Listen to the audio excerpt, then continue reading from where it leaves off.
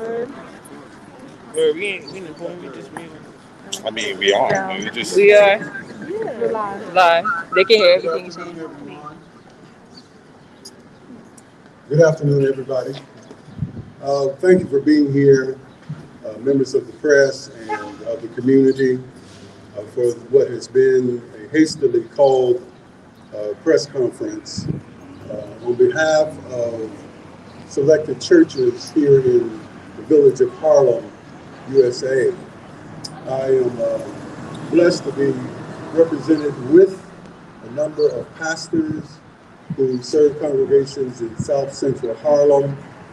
We are all here to express a number of things. Number one, we want the public to know that the African American church, the Black church, is fully engaged and concerned with the events that have been taking place across this country for years now.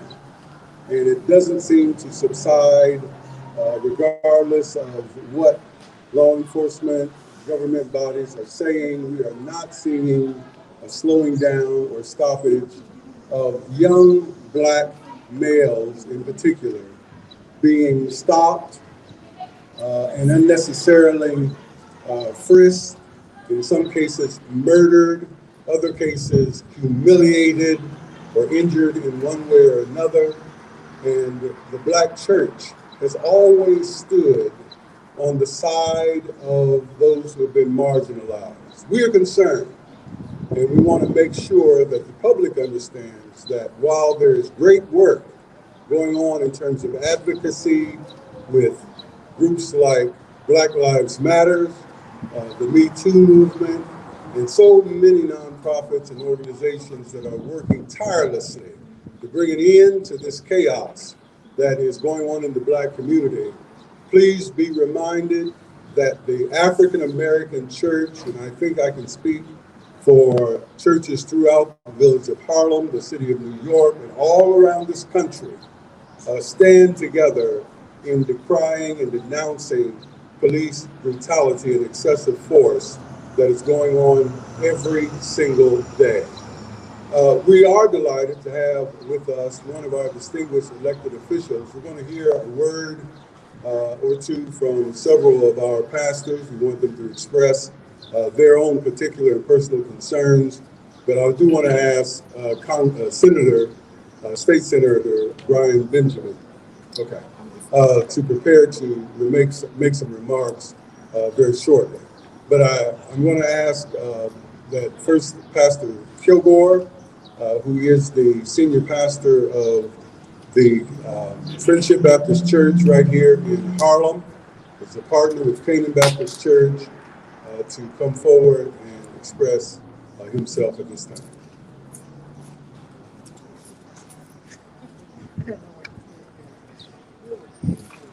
Good afternoon, everyone.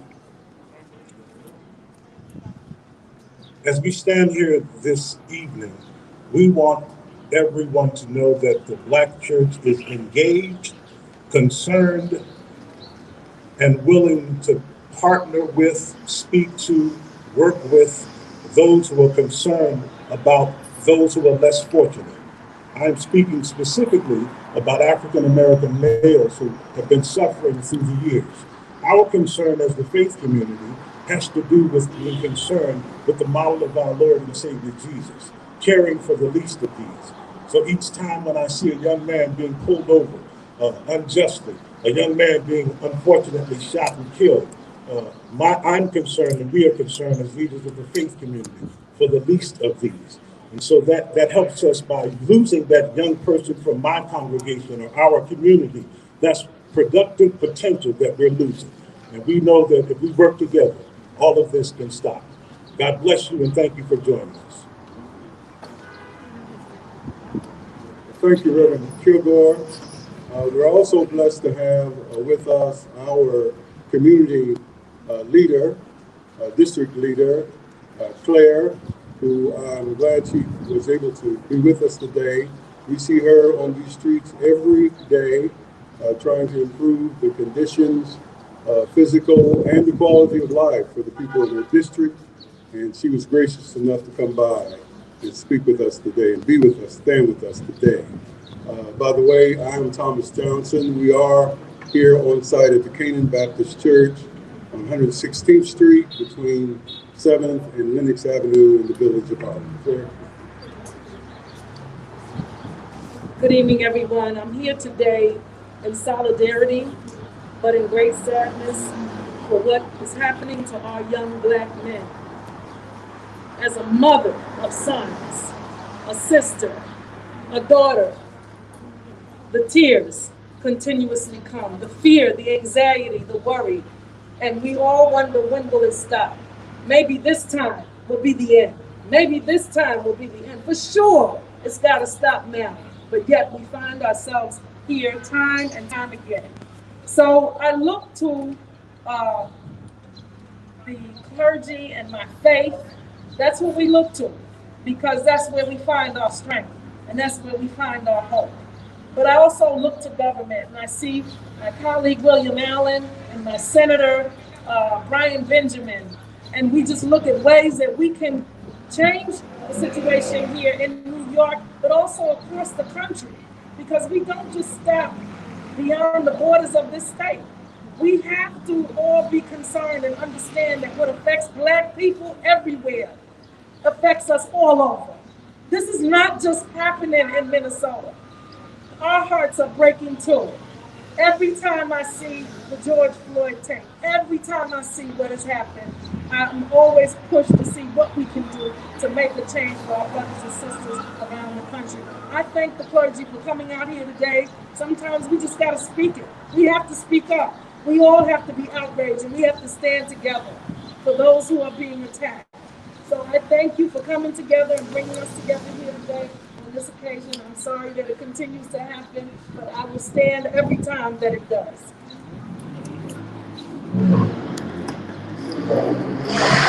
As I said earlier, thank you so much to our district leader. As I said earlier, we're happy to have Senator Brian Benjamin present with us today, and he has been here every day, whatever the need, whether it was COVID-19 or if it had something to do with the zoning challenge in our community, whatever it has been, he's been here for us. He's here for us today. I'm going to ask him to come to the mic to make whatever remarks he has on his heart. Thank you so much, Pastor Johnson.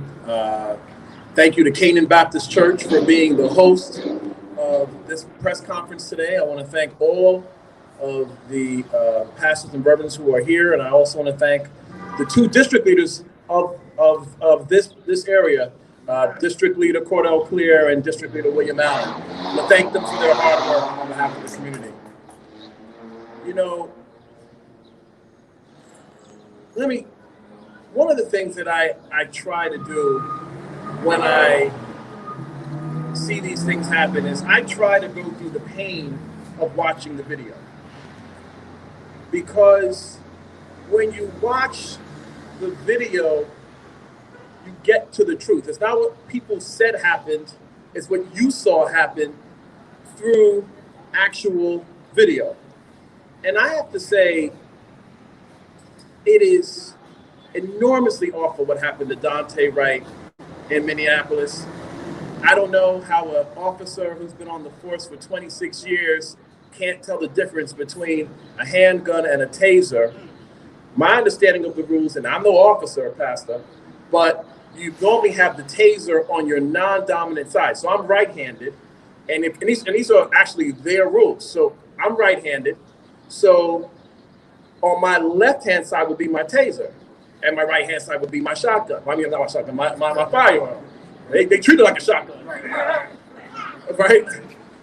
Now, how does someone who's on the force for 26 years not know the difference between the right and the left, whatever, maybe she's left, so it's a right. And then what I don't understand is, I don't know if anyone has seen tasers, but they're shaped differently. They're plastic. My understanding that hers was yellow. Now, and her firearm was black. And metal. So either she couldn't, in the moment she couldn't, she lost it. But then this is the part, Cordell. She said in the video, taser, taser, taser. So that means in her mind, she was saying taser. So you would imagine if you got the firearm, when you said taser by the second time, oops, I don't have my taser. Oh wait, this is and pull back out. But here's the other thing that I found crazy. Who shoots, whether it's a taser or a firearm, into a car with another person in the car who's completely unrelated to the issue? So that means you have no regard, not only for the person who you were trying to tase, quote unquote, because why? They had an air freshener in the back, and that's illegal. I guess it's a petty misdemeanor. So you had to stop them and come with all this force and aggression. And you found out there was a warrant. The warrant was for carrying a pistol without a permit, and then he missed the court date. This is not armed robbery. You know what I mean? Like, why is there so much force for such petty issues?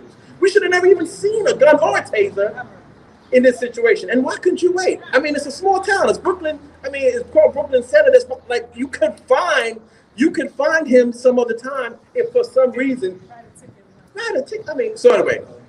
But I'm not even wanting to talk about that. I just got caught up. I'm sorry in the story. I came to talk about something else because we all know about that issue, which was awful. And we see the picture of the young child, I have a 2-year-old. You know that. I mean, this is just a young child. But I want to talk about Virginia for a second. Because Virginia, Pastor Johnson, that, you know, now let's all work ourselves into this mindset for a second. So now, SUV is at a gas station. You roll up to the SUV. You see that there's no rear license plate, so you worried about that. And you roll up to the window and you see Army gear. So this is someone who serves the United States of America in the military, keeping you safe, defending your honor, and coming to just get some gas.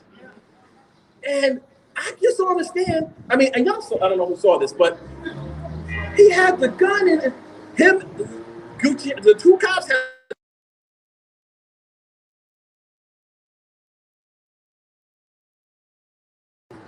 And he's saying, can you explain to me why you're doing this to me? What's going on? I just want to understand. With his arms out, he understands. Then he tell him to get out the car. Meanwhile, how do you get out the car? Because he can't get to his seatbelt. Because he's smart enough to know the minute he moves his hand for that seatbelt, they're gonna say he's reaching for a gun, and next thing you know, we got another Dante Wright. So he understood to keep his arms out. But I guess I want to talk about the mindset, and I'm a close. I'm sorry. I want to talk about the mindset of who stands with a gun pointed at someone who serves this country and just completely disrespect him in every single way possible. And then the worst part about it, when he gets out the car, get on the floor immediately. Get on the floor for what? You still haven't told them what the problem is. And then, as if that all isn't bad enough, at the end they go, oh, you know, well, if you don't say anything about this, we won't say anything about this also. So that means you knew you were wrong. But this is my closing point. You know, we have a number of laws in New York State where if you are an accomplice to a murder, a robbery, a rape, anything, if you're an accomplice, you do time too. You can't say, well, it wasn't me. I didn't pull the trigger. It wasn't me. I didn't, right? You are going to jail too. Maybe for a little less time, but you're going to jail too. What I'm trying to understand is why don't we have a similar set of rules for the police? If you are that cop who saw either the one with the taser, which is more complicated, but this issue in Virginia, I think the cop who watched that abuse from the cop who was closest to the military guy also should have to resign and also should possibly do jail time. I'm sorry, because until we hold, the only person who could have stopped the cop in the moment was the other cop. And if you have no responsibility and no what's the word I want to call? If you are not held accountable for keeping your other, I mean, don't you pastors try to hold each other accountable? You don't tell us, because I know. But if you see a pastor, doing something wrong, you will call and say, listen, come on now, pastor. We got, because what you do impacts me. And what you do impacts all of us, and that's our entire community. Am I wrong? Why is that not the case with the police? And so I'm going to be looking at a number of the laws, and I want to think about accomplices. I want to think about this whole issue. Like when the cops who watched Derek Chauvin keep his knee on the neck. By the way, it wasn't 8 minutes and 46 seconds. I heard it's 9 minutes and 29 seconds. I don't know if y'all heard that. The cops they are accountable. In Staten Island with Eric Garner. Yes. 11 times. I mean, we heard I can't breathe. I'm assuming they heard it too. They should be accountable. We need to look at those laws. And I just want to thank the clergy for being here, for putting this together, because our community doesn't move forward without the faith-based community. Let's be very clear. We are here we got voting rights because of the faith-based community. We got the Civil Rights Act because of the faith-based community. So let's work together. I'm gonna be looking at some of these laws. I'm gonna come back to you, but these accomplices, they need to be held accountable in addition to the killers. Thank you. Thank you, Senator, and thank you for all that you do for this district. We also have District Leader William Allen, who's present today. He is another fighter on the forefront for quality of life in this community, and we've invited him to come by and say a word as well. Thank you, Pastor Johnson, and all the clergy gathered, and glad to see my colleague, Cordell Clear, for both district leaders, and certainly the young senator. I think he spoke for both of us. I mean, what more could be said? And so the senator ended with a path about solutions. We already hear about all the stuff that's happening in Black men. The question is, what are we going to do about it? And so the only way that we're going to have an impact on law enforcement, we have to vote, and we have to hold our own elected officials accountable for the solution, right? So here in the city of New York, the police department is under the observation and direction of the New York City Council. I always hear about the NYPD did this wrong and this one did this, but no one holds the legislative body of the city accountable in this city. And so some of the things that Cordell and I have been talking about the last couple of years is like, how do we make the city council more interactive in addressing this issue? So for example, the community council of all the precincts in this city are not funded. They have to raise a couple $100 to serve some light refreshments, but they're not given any resources to assist with community engagement, no outreach. The community affairs officers, their budget is hampered too. They get very little money to really do community affairs. And so why do you think things are going to change if you're not addressing the tools that's already in place and they're not funded to do anything? The other thing is, as a professor at John Jay College, every year the number of young Black men in my classes and the classes of my colleagues has dwindled significantly. Over the last 5 years, if I get one Black male in my class, I'm lucky. So we don't have young Black men even coming into the police department here in our city. And so that's part of this the problem. And when you're talking to John, I don't know how often we're talking to John Jay, and are we talking to the police academy? But we need to begin to look at these numbers and come up with real systemic changes to change these things. So I'm certainly, like I said, me and Cordell have been talking for years about this, but we got to fund the community council, Senator. We got to fund the Explorers Club. We got to create a pathway by which our community can be thoroughly engaged and assist in the monitoring, and we got to hold the city council responsible. When I was a young person, maybe a little older than him, my political mentor was Fred Samuel. And I remember back in those days, he was chairman of the Public Safety Committee. And that's how come I know that the city council is responsible for the police department. And so whoever's currently the chairman of that committee, they need to be brought up to our community, explain to us what are they doing. So I want to end by saying that we really got to come up with the real solutions. We have enough smart people in the clergy in our community. You sent us to law school. You sent us to graduate school. We got all these tools. Treat us like you did back in the day, Thurgood Marshall and that young group of young lawyers and Dr. Kenneth B. Clark. And they were able to gather with their intellect and come up with real solutions that desegregated our schools. So let's now desegregate the police department. Thank you, Brother Williams, and thank you to all of the community representatives who came by to speak to us. Now, as I said at the outset, we are here as a body of clergy to make it known to the community that we are engaged in these concerns that these community leaders have expressed. And we also take on our shoulders the responsibility that is given to us by the oaths that we have taken to defend the poor and to lift up those who are marginalized from the sidelines and promote quality of life for all people. So we're going to hear from other members of the local clergy here in Harlem. I'm going to call first on Pastor Roberson, who is the senior minister of the Southern Baptist Church here in the village of Harlem, just on the other side of 110th Street. Thank you.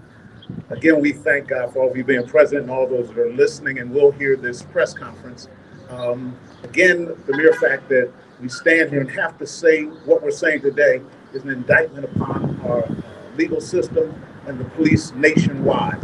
Since August 9th, the year 2014, when Michael Brown was murdered by the police, 18-year-old, guilty of what he had done, but did not deserve to die, there have been 991 black men who have been killed by the police in this nation. That's 991 men too many.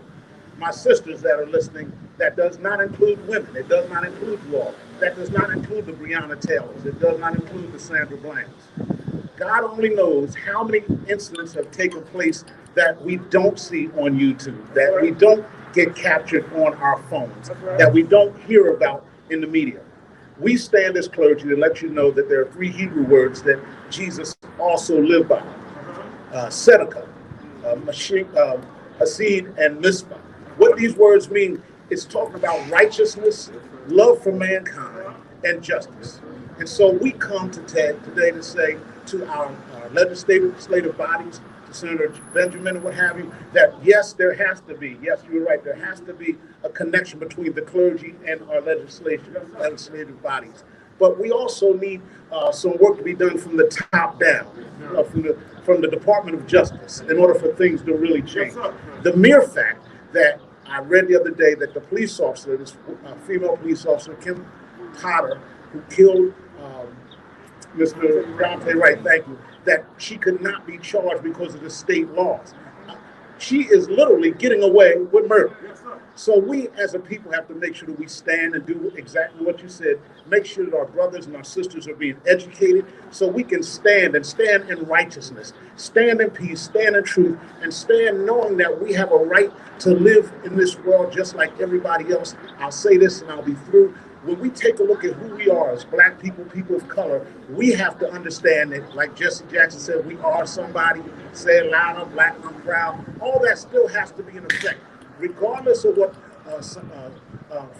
philosophers said way back in 360 when Plato wrote something called Republic that talked about, I'm glad to see somebody knows what I'm talking about, how the Republic marginalized us as a people. What it said was that different metals have different value. The darker the metal, the less value one has. So we have to understand that we are all created in his image and his likeness. God didn't create any junk. It's up to us to love one another and move forward and hold those accountable that need to be held accountable. God bless you. Yes, very powerful, Dr. Roberson. We also have with us another one of the pastors that serves this community, has for a number of years, Reverend Shepherd Lee. We've known him for the 15 years that I've had the privilege of serving this historic congregation. And each time there was a need in the community, Reverend Lee was right there. We invited him to come by and speak his heart. Thank you, Dr. Johnson, and I'd like to say that Dr. Johnson and other clergy has made it clear we are concerned. We are very concerned. The pastors are concerned. Churches are concerned. Parents are concerned. And not only that, in short, it's time for change. And in short, a change will come. All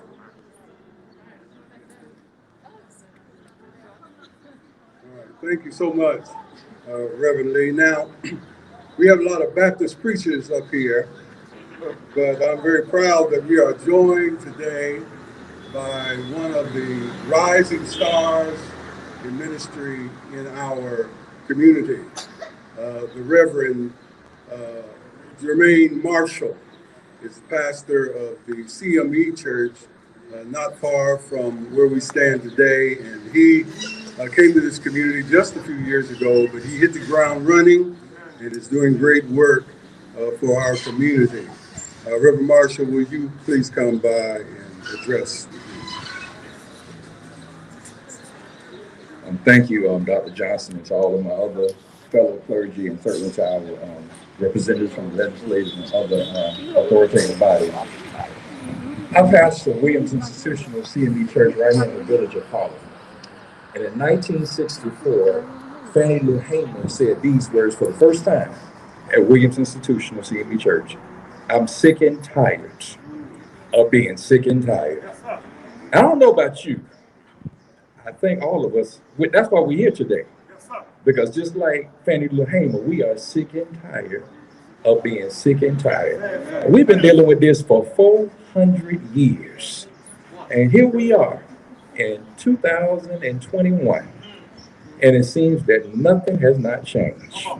Now, I'm an 80s baby, but I'm a historian, so I know a little something about the civil rights movement. And Dr. Johnson, seems like we still fighting the same battles. Seems like we still dealing with the same demonic spirits. It seems like we're still dealing with the same evil forces. And the scripture is very clear about this. We wrestle not against flesh and blood, but against spiritual wickedness and principalities in high places. And we just gotta, where I'm from Florida. You call a spade what a spade is. It's white supremacy. It's white supremacy. We've got to call it for what it is. It's racism. And you got these folk around here talking about woke cancer culture. Now, you do know that that's just racist language. Now, woke means you realize that because you are a person of color,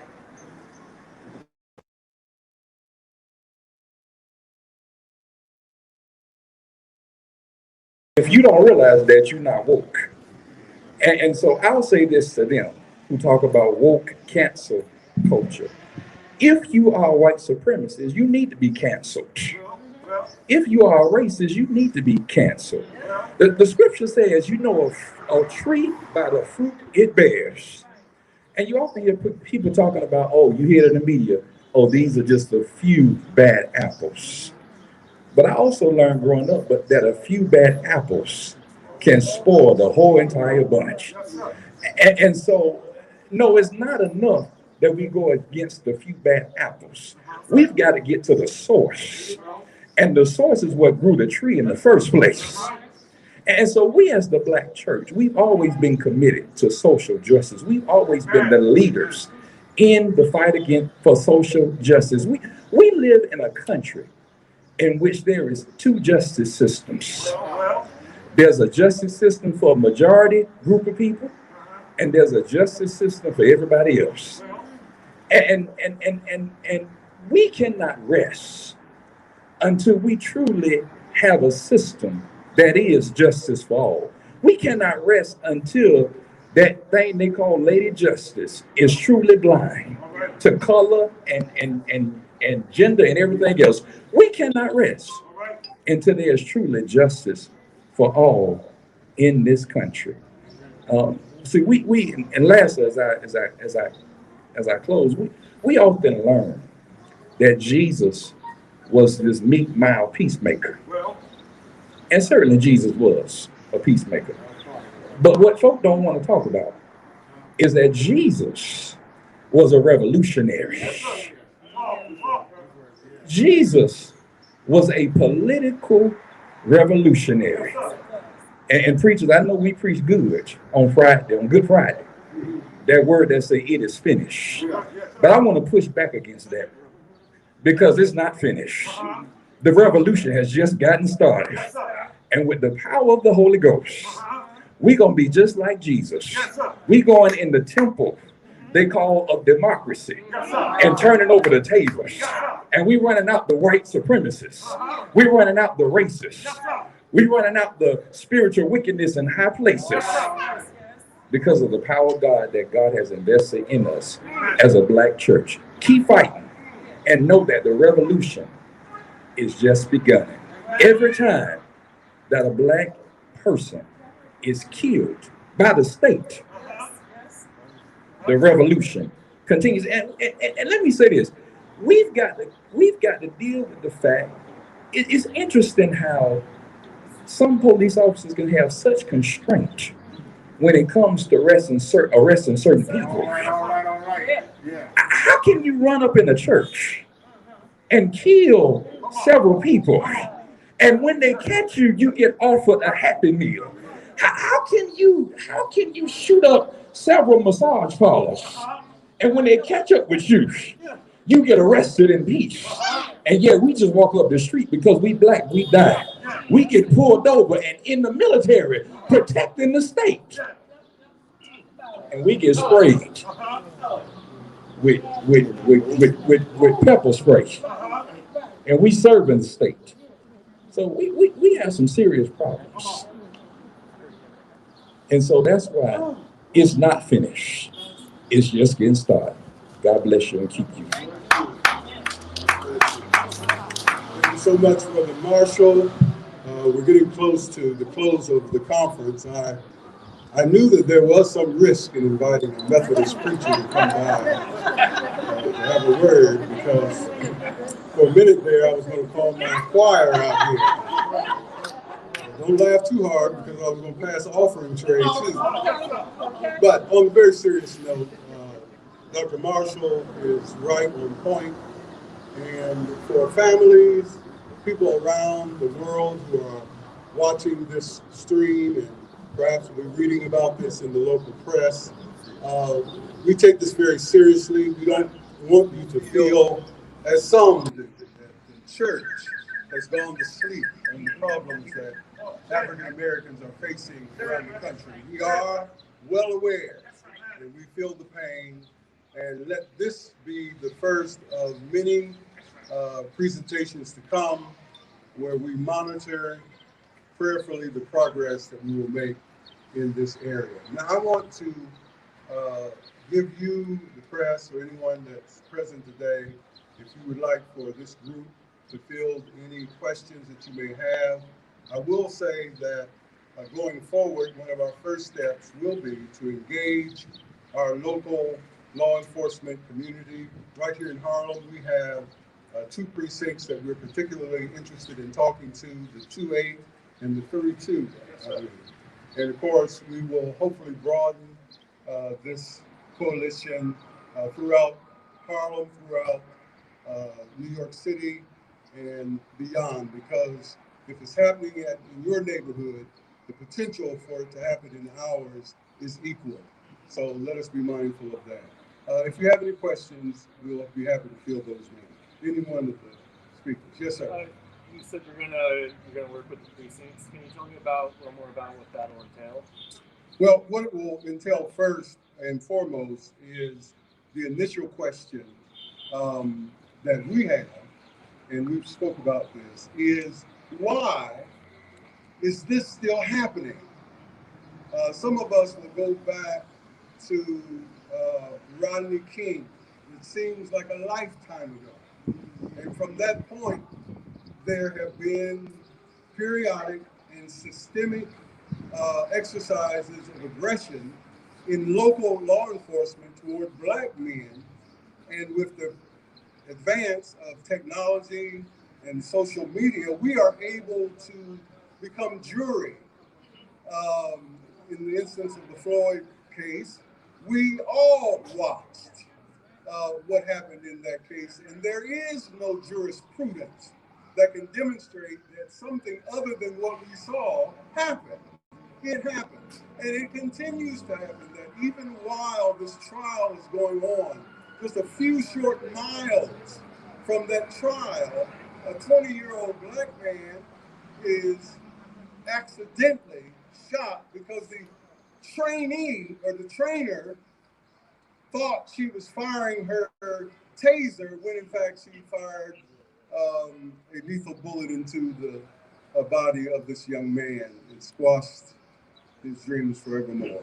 So that will be a question that we will put very forcefully to police officers in their view, what is being done. And then the second question will be to make it clear that what we desire is not a tit for tat with law enforcement, but rather to build the mechanism together where we can eliminate if nothing else, the fear of black men. Even a 64, from now on, if I get pulled over and I'm 65 years old, my hands are going out the window. Yes, sir. Yes, sir. Because that's the kind of fear. And if it is a fear in me, then certainly that's a concern for every parent whose son has just gotten his driver's license, for every grandparent who gave his grandson or granddaughter a new car for graduation. Anytime a black male sits behind the wheel of a car, the statistics of accidents in cars with cars is now being dwarfed by the risk of a police officer taking your life while driving. Now, I know that was rather dramatic, but those are going to be the initial questions, and hopefully they will lead to some other productive kinds of constructs that we can come back and implement in our community. Also, to further answer that question, I heard the other day that police officers, while they're in the academy and beyond, get 120 hours of compliance training. In other words, trying to make sure that you comply with their wishes, but only 10 hours of communication training. I believe that has to stop. The reality is, and this goes not just to you, but anyone else out there, to understand that those that aren't a part of our community, those that are not a part of our culture, need to understand where we come from. That certain words, certain dialects, certain movements in our culture, in our community, mean one thing. And if you're outside of that culture, that community, it can mean something else, be misconstrued. So therefore, we're looking to make sure that there's an understanding, a proper understanding of what goes on in our community, and then they prayerfully lower the wall of the fear of the black man and woman. Are there any other questions?